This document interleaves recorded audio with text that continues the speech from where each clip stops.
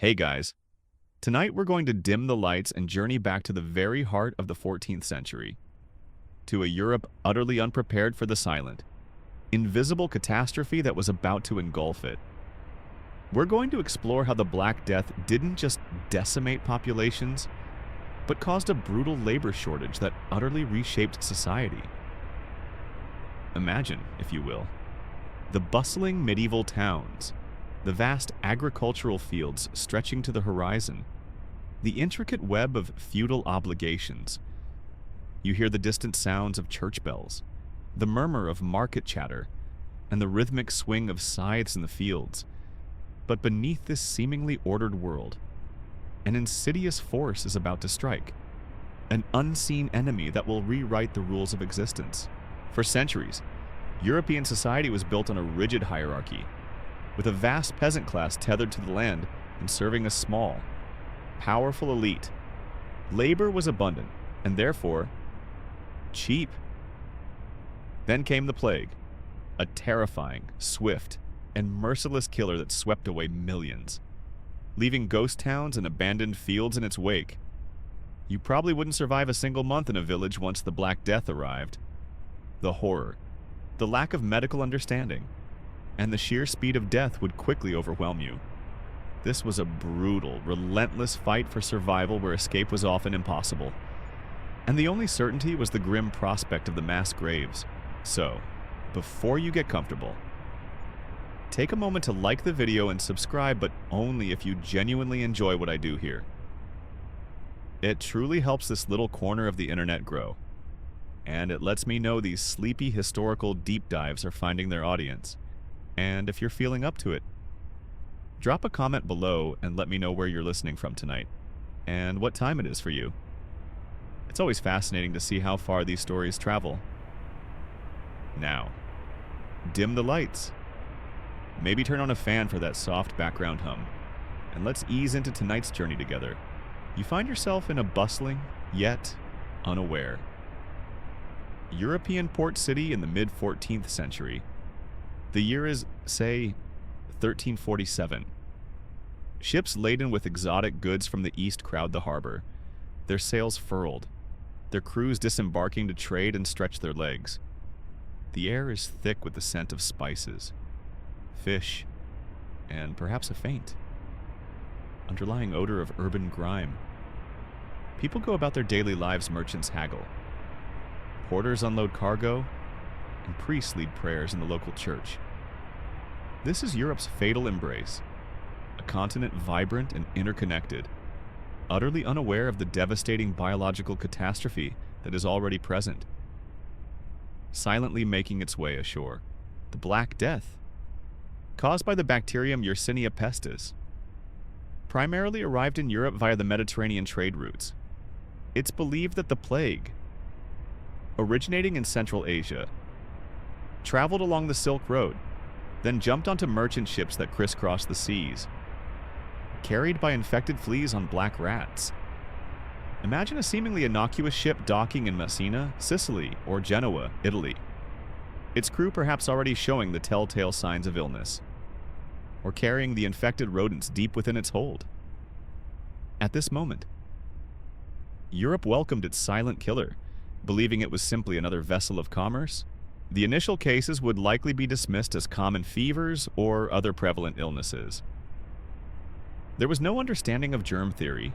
Disease was often attributed to bad air miasma, divine wrath, or astrological alignments.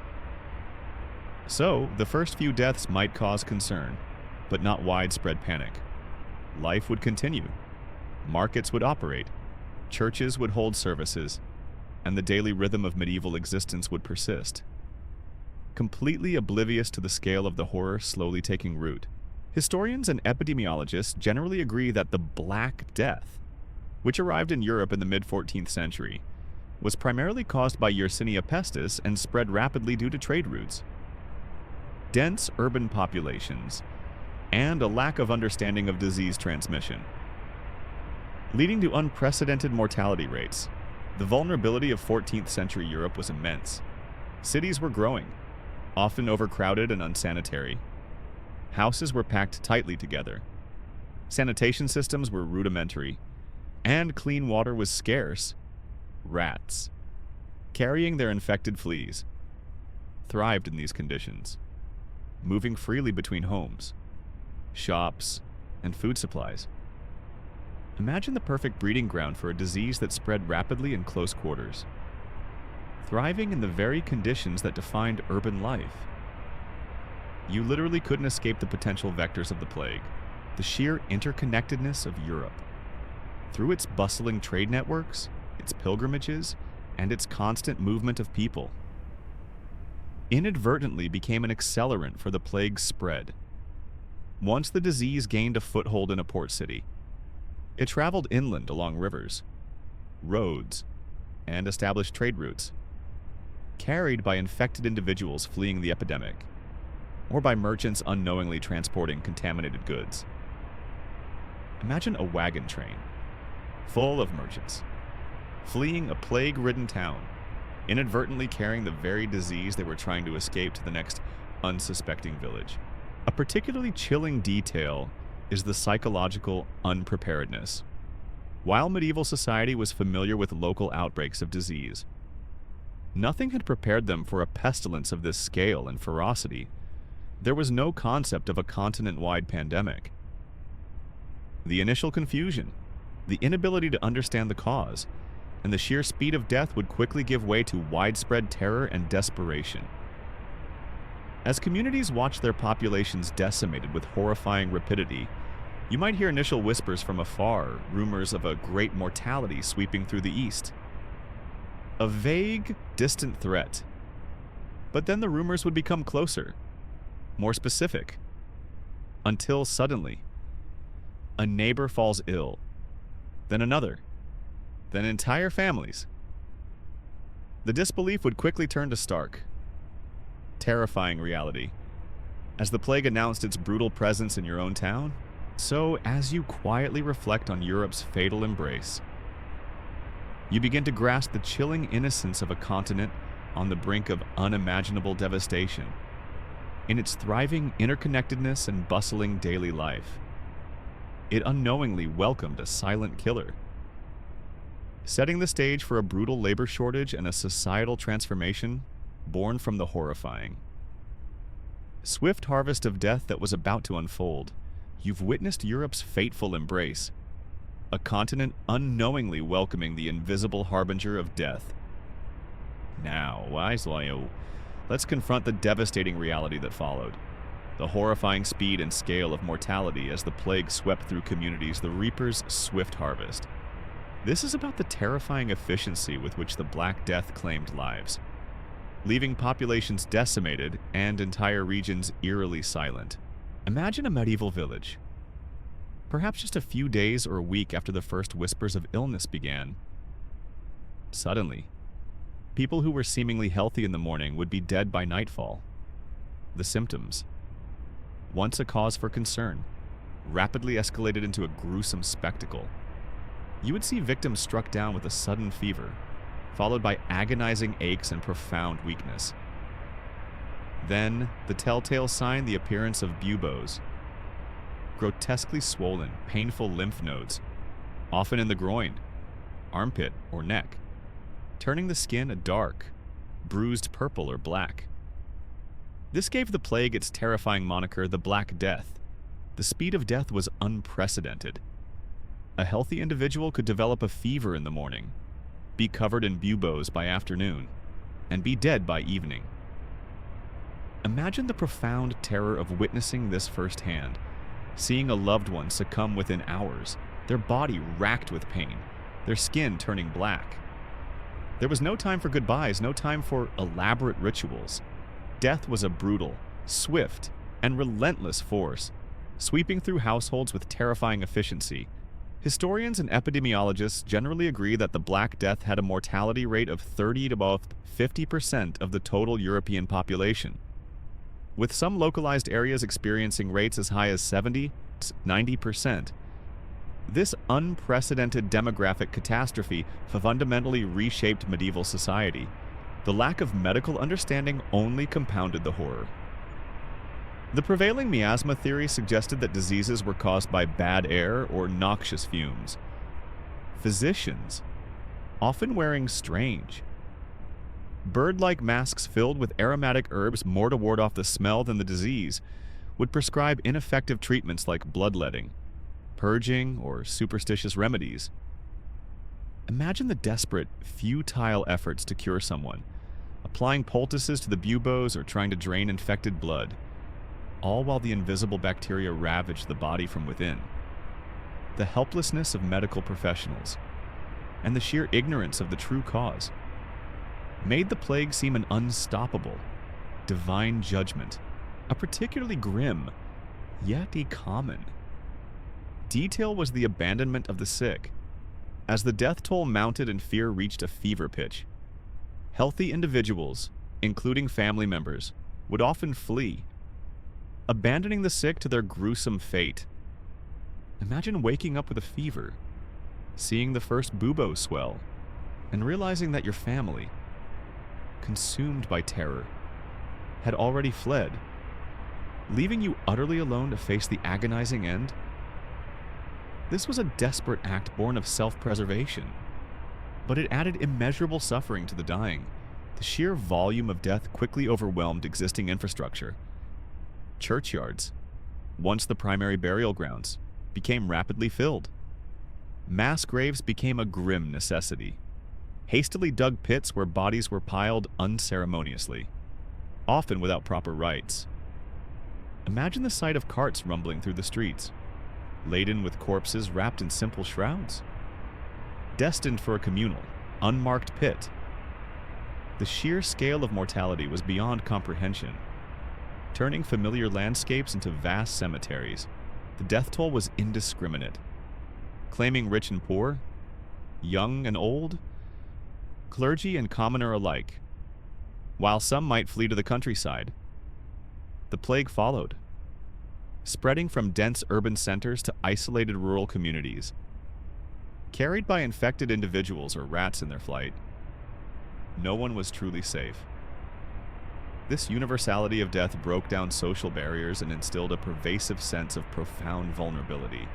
You might hear accounts of priests refusing to administer last rites, doctors refusing to treat the sick, and gravediggers demanding exorbitant fees, all driven by the overwhelming fear of contagion. The very fabric of society, once ordered by custom and piety, began to unravel under the relentless pressure of the plague's terrifying efficiency. The communal bonds that once defined medieval life were strained to their breaking point by the omnipresent threat of death. So, as you quietly reflect on the Reaper's swift harvest, you begin to grasp the horrifying reality of the Black Death's immediate impact. It was a brutal, indiscriminate killer that swept through Europe with terrifying speed and unparalleled mortality, leaving millions dead, communities shattered, and a profound, chilling silence in its wake. Setting the stage for an unprecedented societal upheaval, you've witnessed the horrifying efficiency of the Black Death's swift harvest, leaving millions dead and communities reeling. Now, let's consider the immediate, brutal impact this catastrophic loss of life had on the very foundations of medieval society. Fields lie fallow. Shops close. This is about the sudden, devastating paralysis that gripped agriculture and urban industries as the labor force vanished, transforming thriving economic centers into ghost towns. Imagine a bustling medieval village just weeks before, alive with the sounds of daily life. Farmers toiled in the fields, their rhythmic movements marking the seasons. Craftsmen hammered in their workshops, merchants haggled in the market square. Now, the silence is deafening. The fields, once verdant with ripening crops, stand eerily empty, the grain ripening untouched. Or worse, succumbing to weeds. The animals, once tended with care, wander untended, or simply perish from neglect. The most immediate and profound impact was on agriculture. Medieval Europe was overwhelmingly agrarian. The vast majority of the population were peasants tied to the land, producing food, when the plague swept through. It decimated entire peasant families. Imagine a lord's estate, once worked by hundreds of serfs, suddenly finding half, or even two-thirds, of its workforce gone. The surviving few were often too sick, too weak, or too terrified to continue working. There were simply not enough hands to plow the fields, sow the seeds, or harvest the crops. Economic historians widely concur that the Black Death's most immediate and devastating economic impact was the catastrophic decline in agricultural output due to the massive loss of rural labor, leading to widespread food shortages and disruption of established feudal systems. This immediate labor shortage in agriculture led to severe consequences. Crops rotted in the fields. Livestock, crucial for food and draft power, either died of disease or wandered off. Untended land, which was once the most valuable commodity, suddenly became worthless if there was no one to work it. Imagine a lord, once rich in land and peasants, now staring at vast, empty fields, his tenants dead, his income vanishing, his power built on human labor suddenly crumbling. In the towns, the impact was equally brutal. Shops closed, guilds, which regulated crafts like baking, weaving, or carpentry, found their members dying in droves. Apprentices, journeymen, and masters alike succumbed, leaving workshops eerily silent, their tools gathering dust. Imagine walking through a once thriving market street, now lined with shuttered windows and padlocked doors, the air heavy with an unnatural quiet where the shouts of vendors and the clang of hammers once echoed. Essential services ground to a halt. There were no bakers to bake bread, no brewers to brew ale, no blacksmiths to forge tools. Even critical municipal services like collecting refuse or burying the dead were severely impacted. The few surviving workers were overwhelmed, exhausted, and often fearful of performing tasks that brought them into direct contact with the sick or deceased. Imagine dead bodies piling up in the streets, uncollected, because the gravediggers themselves were dead or too terrified to continue their grim work. A particularly grim, yet common detail was the abandonment of entire settlements. If a village was particularly hard hit, with very few survivors, those who remained might simply abandon their homes, their fields, and their dead, seeking refuge or opportunity elsewhere. This left behind deserted medieval villages, DMVs, eerie testaments to the plague's devastating efficiency, their silent ruins now scattered across the European landscape. You might stumble upon such a place centuries later, feeling the profound stillness, the ghost of a community utterly erased. The supply chains that connected rural areas to urban centers also broke down, with fewer farmers producing food and fewer merchants to transport it. Towns faced severe food shortages. Prices for staple goods, if they could be found at all, skyrocketed. This created a secondary crisis. Even for those who had survived the initial onslaught of the plague, the very infrastructure of medieval commerce and daily life began to unravel. So, as you quietly reflect on fields lying fallow and shops closing, you truly grasp the immediate, brutal impact of the Black Death's labor shortage.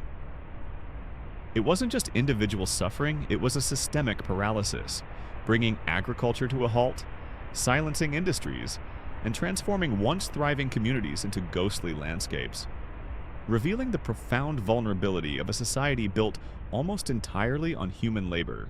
You've witnessed the brutal paralysis that gripped medieval Europe as fields lay fallow and shops closed, a direct consequence of the Black Death's devastating harvest. Now, let's pivot to the surprising, almost revolutionary, shift in power that emerged from this immense human tragedy, a bargaining chip for labor. This is about how the surviving peasants and workers, once the lowest rung of a rigid feudal society, suddenly found themselves in an unprecedented position of leverage. Their lives transformed by the sheer scarcity of hands. Imagine yourself as a peasant, a serf, tied to the land and obligated to your lord for centuries. Your life was largely predetermined. You worked his fields, owed him a portion of your produce, and rarely left the manor without permission. Labor was cheap and plentiful. If you complained, there were always dozens more to take your place. Your worth, in the eyes of the elite, was minimal. Just another pair of hands in a vast, undifferentiated pool. Then came the Black Death. Your village, perhaps once home to hundreds, now has only a handful of survivors. Your lord's fields, once carefully cultivated, are overgrown with weeds. His manor house, once bustling, is eerily quiet. And suddenly, you are one of the few remaining healthy, able-bodied individuals. The world, which once held you captive, now desperately needs you. This unprecedented scarcity of labor fundamentally altered the power dynamic. Economic historians universally agree that the dramatic population decline caused by the Black Death fundamentally shifted the labor market in late medieval Europe, giving peasants and urban workers significantly more economic leverage and bargaining power than they had ever possessed under the traditional feudal system. The shift was almost immediate and incredibly profound. Lords, desperate to have their land worked, their crops harvested, and their rents paid, suddenly faced a stark choice: either offer better terms to their surviving peasants, or watch their lands fall into ruin. This meant offering higher wages, often significantly so. For agricultural work, imagine demanding, and actually getting, twice or even 3 times the pay you used to receive, simply because there was no one else to do the job. But it wasn't just wages. Peasants could now negotiate for better working conditions, lighter rents, or even freedom from traditional feudal obligations like forced labor on the lord's domain, his personal lands. If one lord refused, you could simply pack up your meager belongings and move to another manor, perhaps miles away, where a desperate lord would be eager to offer you more favorable terms. This newfound mobility, once almost unthinkable for a serf, became a powerful bargaining tool, a revolutionary concept that struck at the very heart of the feudal system. A particularly striking, yet common, detail was the emergence of tenant farming and cash rents. Instead of working directly for the lord in exchange for land and protection, peasants could now often pay a fixed sum of money as rent, giving them more autonomy over their labor and their produce. This shifted the risk and reward balance, allowing successful peasants to accumulate wealth and gain greater independence. Imagine being able to make your own choices about your land, rather than being bound by the ancient customs of the manor. In the towns, the impact was similar for skilled laborers and craftsmen, with guilds decimated by the plague. Master craftsmen found themselves desperately short of apprentices and journeymen. Wages for bakers, masons, blacksmiths, and weavers soared. You could demand better pay, shorter hours, or more favorable terms of apprenticeship, simply because your skills were in high demand and those who could perform them were few. This created a profound sense of newfound value and personal agency for the surviving urban workforce. The elite, the lords, and the wealthy merchants were thrown into disarray. Their centuries-old system, built on cheap and abundant labor, was collapsing. They saw their traditional power eroding, their customary rents falling, and their fixed incomes shrinking as labor costs skyrocketed. They complained bitterly about the insolence and greed of the common folk, who dared to demand more for their work. This shock to the established order was immense and deeply unsettling for those at the top. So, as you quietly reflect on a bargaining chip for labor, you begin to grasp the profound and often brutal irony of the Black Death's aftermath. From the ashes of unprecedented death emerged an unexpected revolution in the labor market, empowering the surviving peasants and workers with unprecedented leverage, forever reshaping the social and economic landscape of medieval Europe. You've explored the profound shift in power that gave surviving laborers an unprecedented bargaining chip. Now, Let's delve into the direct economic consequences of this new reality. Experiencing how a world built on cheap labor was suddenly upended, wages soar. Lords despair. This is about the dramatic rise in the cost of labor and the ensuing economic crisis that gripped the elite of medieval Europe. As their traditional power base crumbled, imagine yourself as a wealthy landowner, a feudal lord, perhaps in England or France. Just after the worst of the Black Death has passed, your vast estates, once the source of your immense wealth, now lie largely unworked. Your customary rents, paid by peasants, are dwindling because half your tenants are dead, and the few surviving peasants, the ones you once commanded with absolute authority, are suddenly refusing to work for the old rates. They are demanding more, much more. This was the brutal reality of the labor shortage, with millions dead. The supply of available workers plummeted, while the demand for their labor to plow fields, harvest crops, herd livestock, build, and craft remained desperate. Basic economics kicked in with a vengeance. The value of labor skyrocketed. Imagine a farm laborer who once earned a penny a day, now demanding 3 or even 4 pennies and getting it, simply because there was no one else to do the work. It's like a sudden, massive inflation, but for human hands.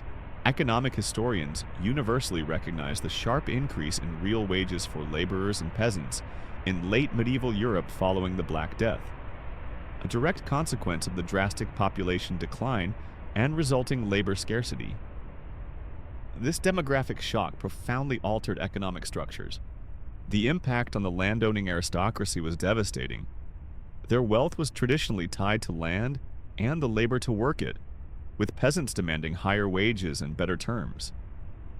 The fixed rents they received became less valuable.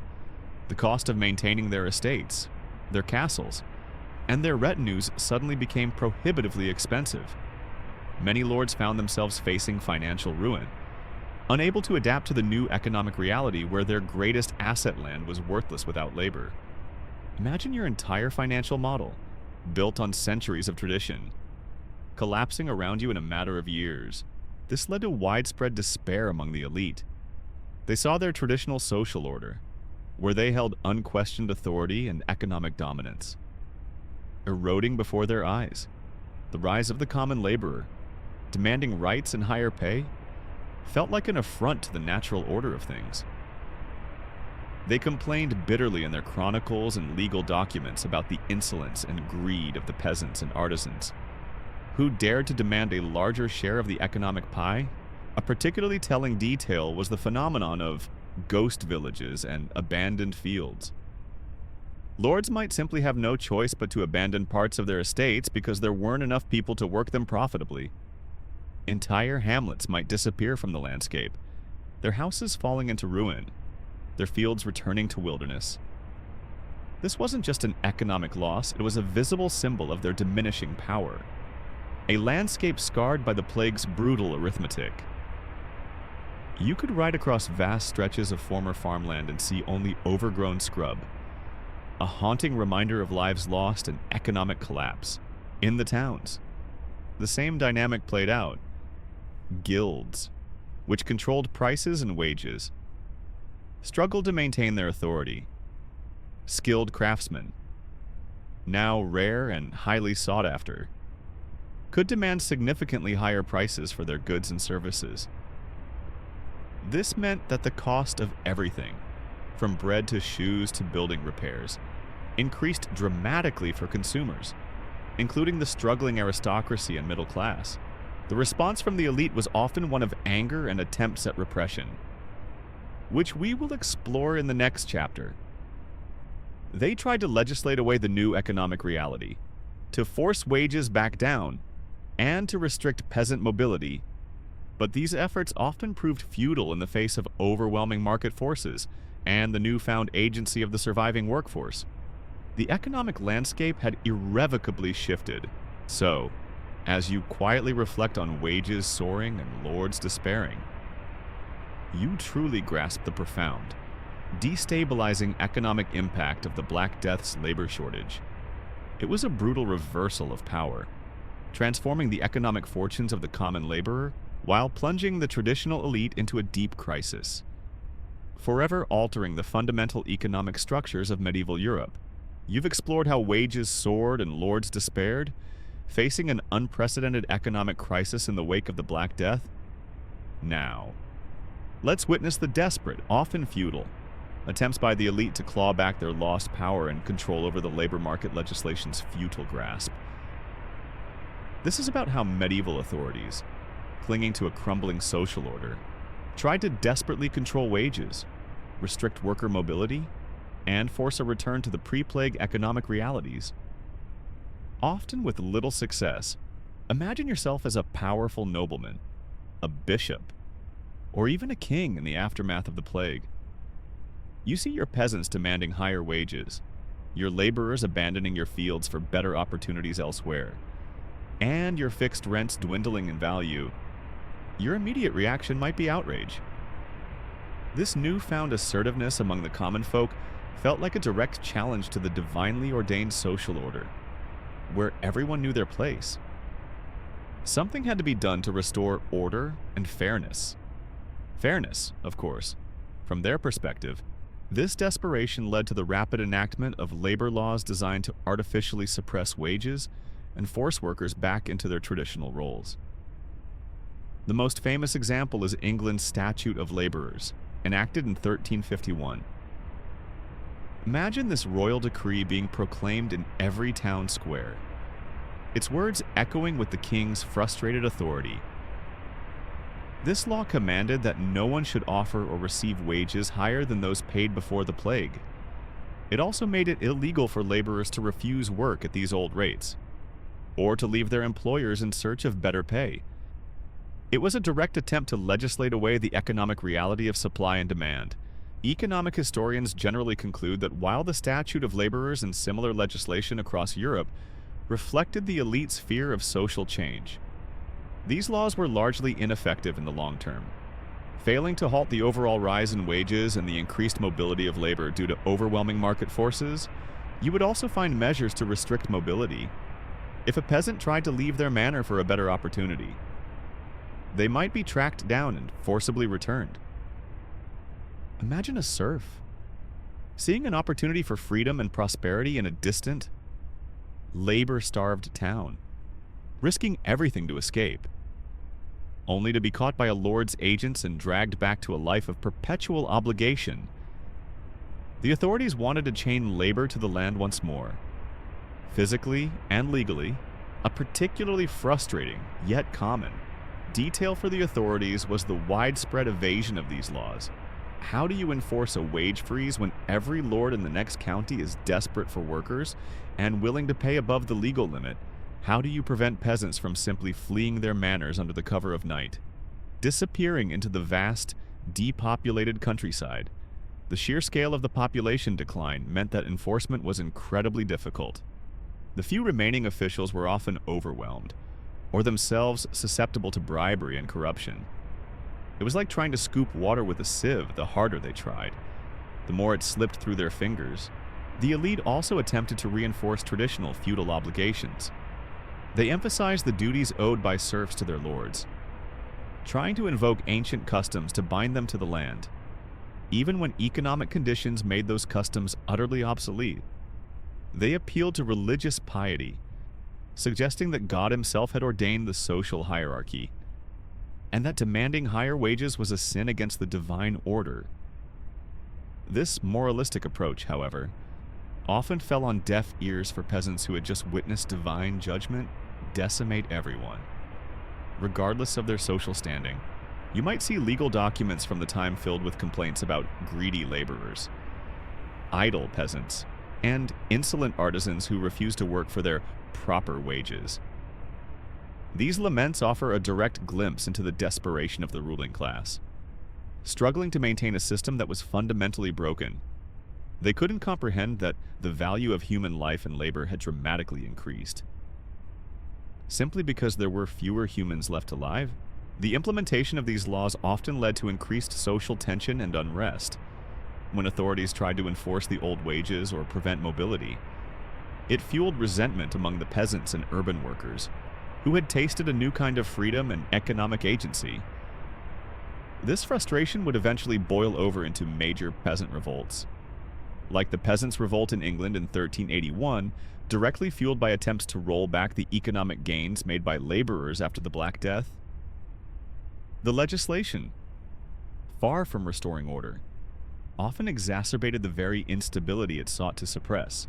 So, as you quietly reflect on legislation's feudal grasp, you begin to grasp the desperate, yet largely ineffective, attempts by medieval authorities to control the uncontrollable, faced with a brutal labor shortage that upended centuries of social order.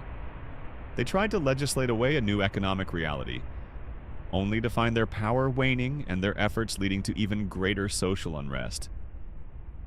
A chilling testament to the profound, unintended consequences of a global catastrophe. You've witnessed the feudal grasp of medieval legislation, desperately trying to rein in the economic changes brought by the plague. Now, let's pivot to the ground level, to the unexpected beneficiaries of this immense tragedy, the peasants' new power.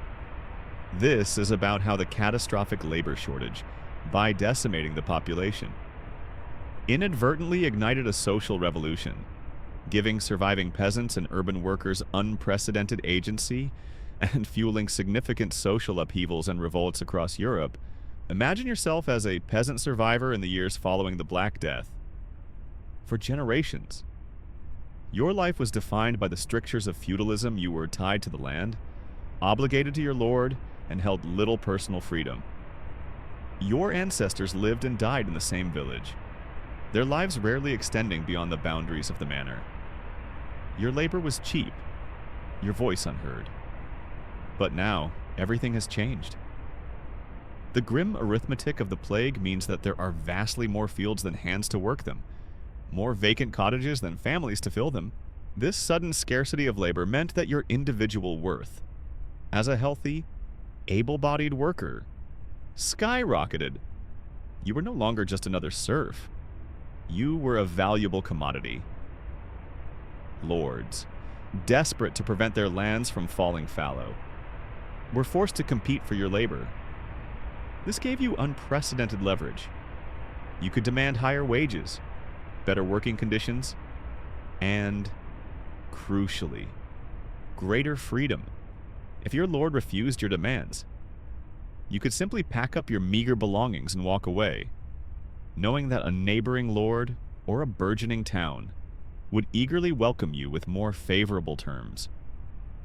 This newfound mobility was revolutionary, a direct challenge to the very essence of serfdom.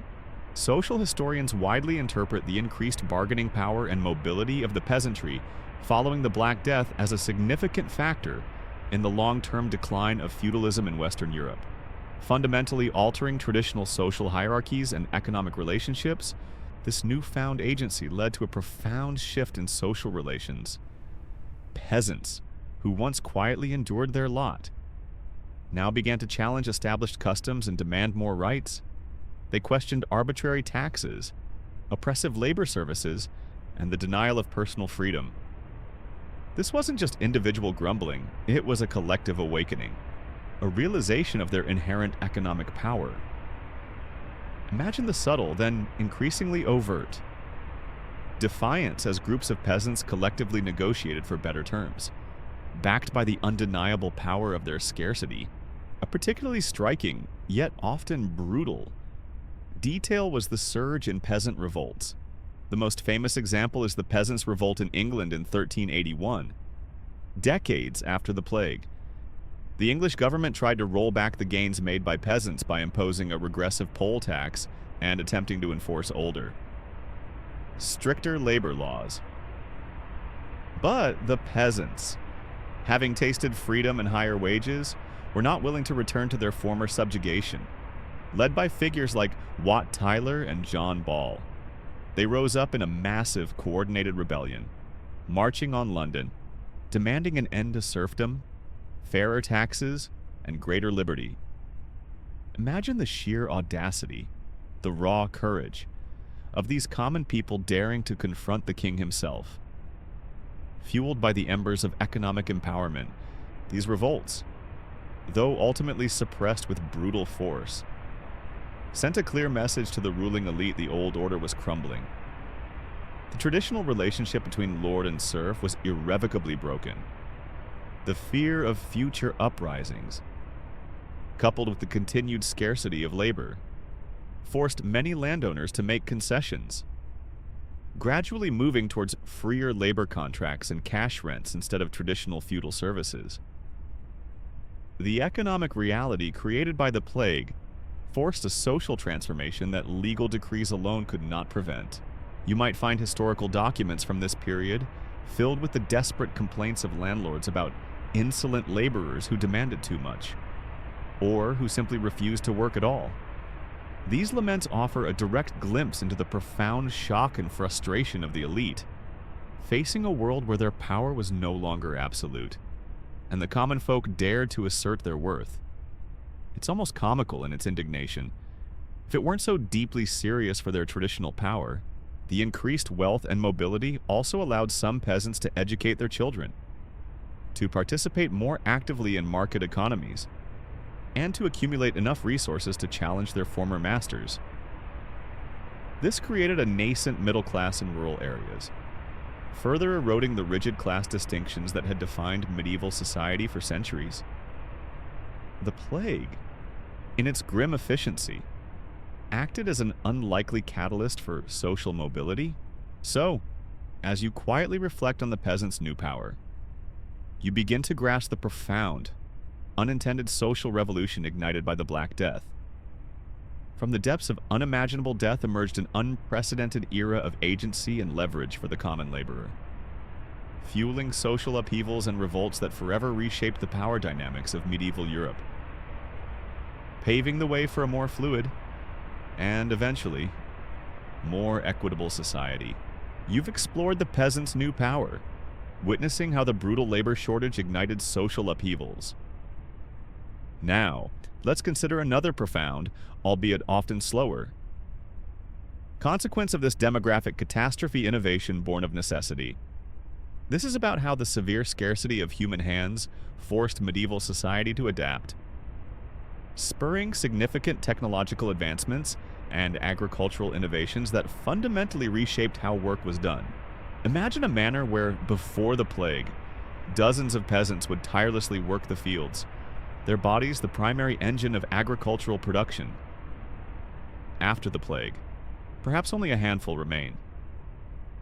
The lord, desperate to maintain his output and his income, can no longer rely on sheer human muscle. This grim reality forced a radical rethinking of traditional methods, pushing forward ideas that might have otherwise taken centuries to develop. One of the most significant areas of innovation was in agriculture. With fewer hands, there was a greater incentive to make each laborer more productive. This led to increased adoption of existing, but underutilized, technologies. Think of the heavy plow, which had been around for centuries but saw renewed, widespread adoption. This more efficient plow could turn heavier, wetter soils, and required fewer passes, saving precious labor. Imagine a field that once needed a dozen men with simple hoes now being managed by a few men, and a sturdy plow pulled by an ox or horse. Agricultural historians widely agree that the post-Black Death labor shortage was a major catalyst for innovation in farming techniques and the increased adoption of labor-saving technologies. As landowners sought to maximize efficiency with fewer workers, the shift from widespread arable farming growing crops to pastoral farming raising livestock was another key adaptation. Land, once the most valuable asset, suddenly became abundant but worthless without labor. Livestock, particularly sheep, required far fewer hands to manage per acre than grain crops. This allowed landowners to convert vast tracts of unworked land into pastures, generating income from wool, meat, and dairy products with a much smaller workforce. Imagine entire fields that once rippled with golden wheat now dotted with grazing sheep. A silent testament to the changing economics of labor, a peculiar, yet economically vital. Detail was the increased investment in animal power, with human labor so expensive. Lords and wealthy peasants invested more in oxen and horses, providing them with better feed and equipment. These animals, once supplemental, became essential engines of production, pulling heavier plows, powering mills, and transporting goods more efficiently than human muscle. It was a recognition that investing in animal capital was now more cost-effective than relying on scarce and expensive human labor.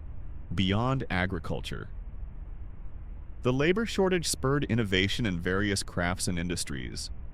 The high wages demanded by skilled artisans incentivized the development of labor-saving devices and more efficient production methods, while the Industrial Revolution was still centuries away. These were the early sparks of mechanization, born from the desperate need to do more with less. Imagine a craftsman, instead of relying on half a dozen apprentices, investing in a new, ingenious tool that allowed him to complete tasks faster. Using fewer hands, the shift towards greater literacy and numeracy among the common folk can also be seen as an indirect innovation driven by the plague. With fewer clergy and educated scribes surviving, and a greater need for literate individuals in administration and commerce, opportunities for education expanded for those outside the traditional elite. This gradual rise in general education created a more fertile ground for new ideas and practical innovations to take root. You might find evidence of new methods of land management, including the consolidation of smaller peasant holdings into larger, more efficient farms. This allowed for economies of scale and more effective use of mechanized by medieval standards equipment and animal power. While it meant some peasants lost their traditional plots, others gained larger, more viable farms. So, as you quietly reflect on innovation born of necessity, you begin to grasp how the brutal labor shortage caused by the Black Death inadvertently became a powerful catalyst for progress. Faced with unprecedented demographic collapse, medieval society was forced to adapt, spurring the widespread adoption of existing technologies and fostering new approaches to work, fundamentally reshaping agriculture and laying subtle groundwork for future technological revolutions. You've explored how innovation was born of necessity, spurred by the brutal labor shortage. Now, let's consider a less technological, but equally profound transformation: land abandoned, fortunes made. This is about the dramatic redistribution of land and wealth that occurred in the wake of the Black Death, fundamentally altering property ownership and creating new avenues for prosperity. Albeit through the grim circumstance of mass death, imagine vast stretches of fertile farmland, once meticulously cultivated by generations of peasants, now lying eerily fallow. Cottages stand empty, their roofs caving in, their gardens overgrown. This wasn't just a scene of desolation, it was a profound economic shift. With millions dead, land, which had once been the primary source of wealth and power in medieval Europe, suddenly became abundant and cheap. Its value plummeted if there were no hands to work it. This unprecedented availability of land created both crisis for the traditional elite and immense opportunity for the surviving common folk. Lords, desperate to generate income from their estates, found themselves with more land than they could possibly manage. They faced a choice: let it lie unproductive, or find new ways to exploit it. This led to a significant redistribution of land from the hands of the wealthy, established landowners to a new class of aspiring commoners. Economic historians widely acknowledge that the Black Death significantly altered land tenure patterns, leading to increased land available for purchase or lease by peasants, contributing to the decline of serfdom and the rise of a more independent class of farmers. Consider the peasant survivor. Perhaps your family was small, but you were healthy and ambitious. You suddenly had the opportunity to lease or even buy land, something almost unimaginable before the plague. Landlords, eager for any form of income, would offer favorable terms, long leases, or even sell plots outright at drastically reduced prices. Imagine being able to acquire a large tract of land, perhaps even enough to make your family truly prosperous, simply because the previous owners had perished. It was a grim lottery, but a lottery nonetheless. This phenomenon created a new class of wealthier peasants and small freeholders. These were individuals who, through luck, resilience, and shrewdness, managed to acquire significant landholdings. They might employ a few laborers at much higher wages, of course, or simply manage larger, more efficient family farms. Their newfound economic independence fundamentally challenged the rigid feudal hierarchy, demonstrating that wealth could now be acquired through labor and opportunity, not just inherited status. This was a direct route to making a fortune. However grim its origins, a particularly telling detail was the consolidation of holdings instead of numerous small, fragmented peasant strips. The post-plague era saw the emergence of larger, more economically viable farm units. This allowed for greater efficiency and specialization, further accelerating agricultural innovation and productivity per laborer. You might acquire a series of abandoned plots and combine them into a single, cohesive farm, becoming a small lord in your own right, simply by outliving your neighbors in urban areas. The same principle applied to property, with huge numbers of city dwellers perishing. Houses and shops became vacant, rents plummeted, and property values declined drastically. For surviving merchants, artisans, or even newly prosperous peasants moving to towns, this presented an opportunity to acquire urban property, something that would have been far out of reach before the plague. Imagine a skilled artisan who previously rented a tiny workshop, now able to purchase a large house with ample workspace. Simply because the former owner had succumbed to the pestilence, the wealth created was often used to improve living standards. Surviving peasants might build sturdier houses, acquire better tools, or enjoy a more varied and nutritious diet. Their newfound prosperity allowed for a greater investment in their families and their future, slowly elevating their status from mere serfs to independent farmers and even landowners. It's a stark contrast to the widespread poverty that defined the pre-plague era. You might find historical records of families rapidly ascending the social ladder, acquiring lands and titles that would have been unthinkable a generation earlier. These were the beneficiaries of the plague's brutal redistribution of wealth. Their fortunes literally built upon the graves of millions. A chilling reminder of the unexpected, and sometimes advantageous, consequences of mass death. So, as you quietly reflect on land abandoned, fortunes made, you begin to grasp the profound economic and social upheaval that followed the Black Death. It was a period of immense tragedy, but also one of unprecedented opportunity, leading to a dramatic redistribution of land and wealth, forever altering the patterns of property ownership and laying the groundwork for a more dynamic, less rigidly hierarchical society in late medieval Europe. You've explored how the land was abandoned and fortunes were made, highlighting the dramatic economic shifts caused by the brutal labor shortage. Now, as our deep dive into the Black Death's profound impact gently draws to a close, let's consider its ultimate consequence, a world remade by death.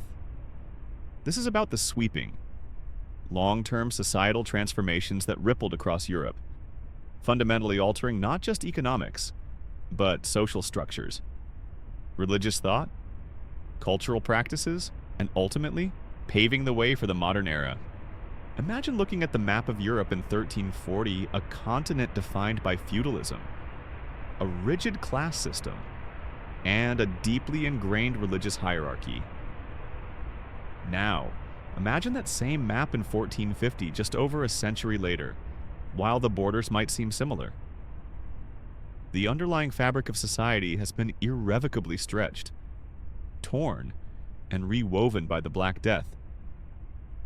This wasn't just a crisis, it was a fundamental catalyst that accelerated changes already stirring, pushing medieval society towards its inevitable end and laying the groundwork for the Renaissance and beyond. One of the most profound transformations was the decline of feudalism. The system, built on abundant labor and the subservience of peasants, simply could not survive the demographic catastrophe. The newfound mobility and bargaining power of the peasantry, coupled with the economic despair of many lords, meant that serfdom gradually withered away in Western Europe. You might see former serfs, now free tenants or even landowners. A social shift that would have been unimaginable just decades earlier. This was a silent revolution, driven by the grim arithmetic of death. Historians widely agree that the Black Death was a pivotal turning point in European history, significantly contributing to the decline of feudalism, the emergence of a stronger middle class, and shifts in religious and intellectual thought.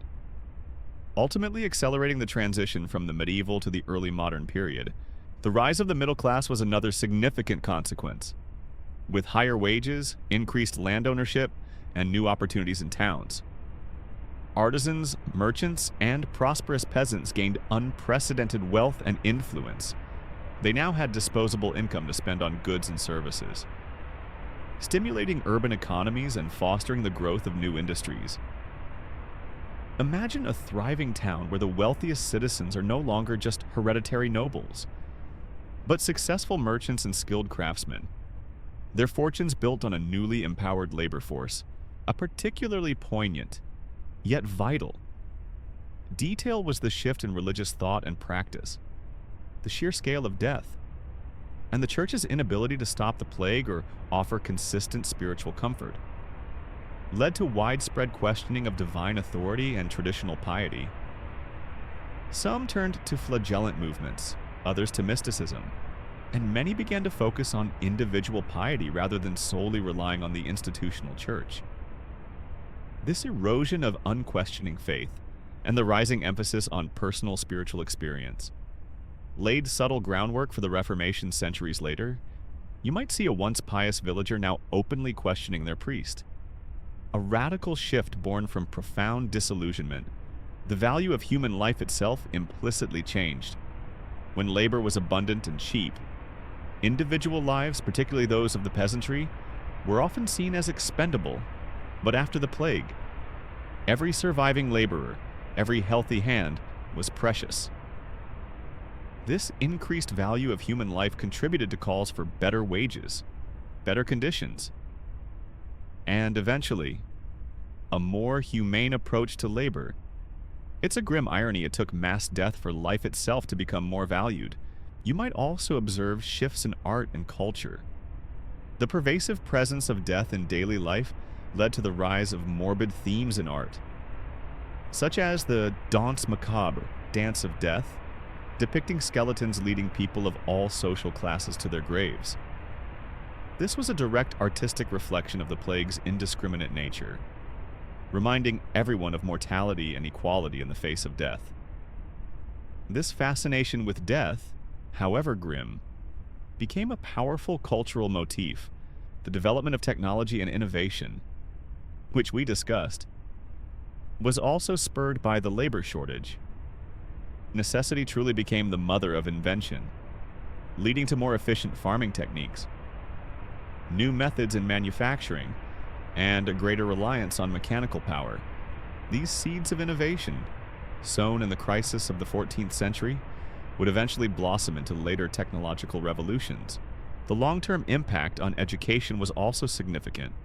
The loss of scholars and clergy led to new opportunities for learning, and a broader demand for literate individuals in secular administration. This eventually contributed to the growth of universities and a more widespread pursuit of knowledge outside the exclusive domain of the church.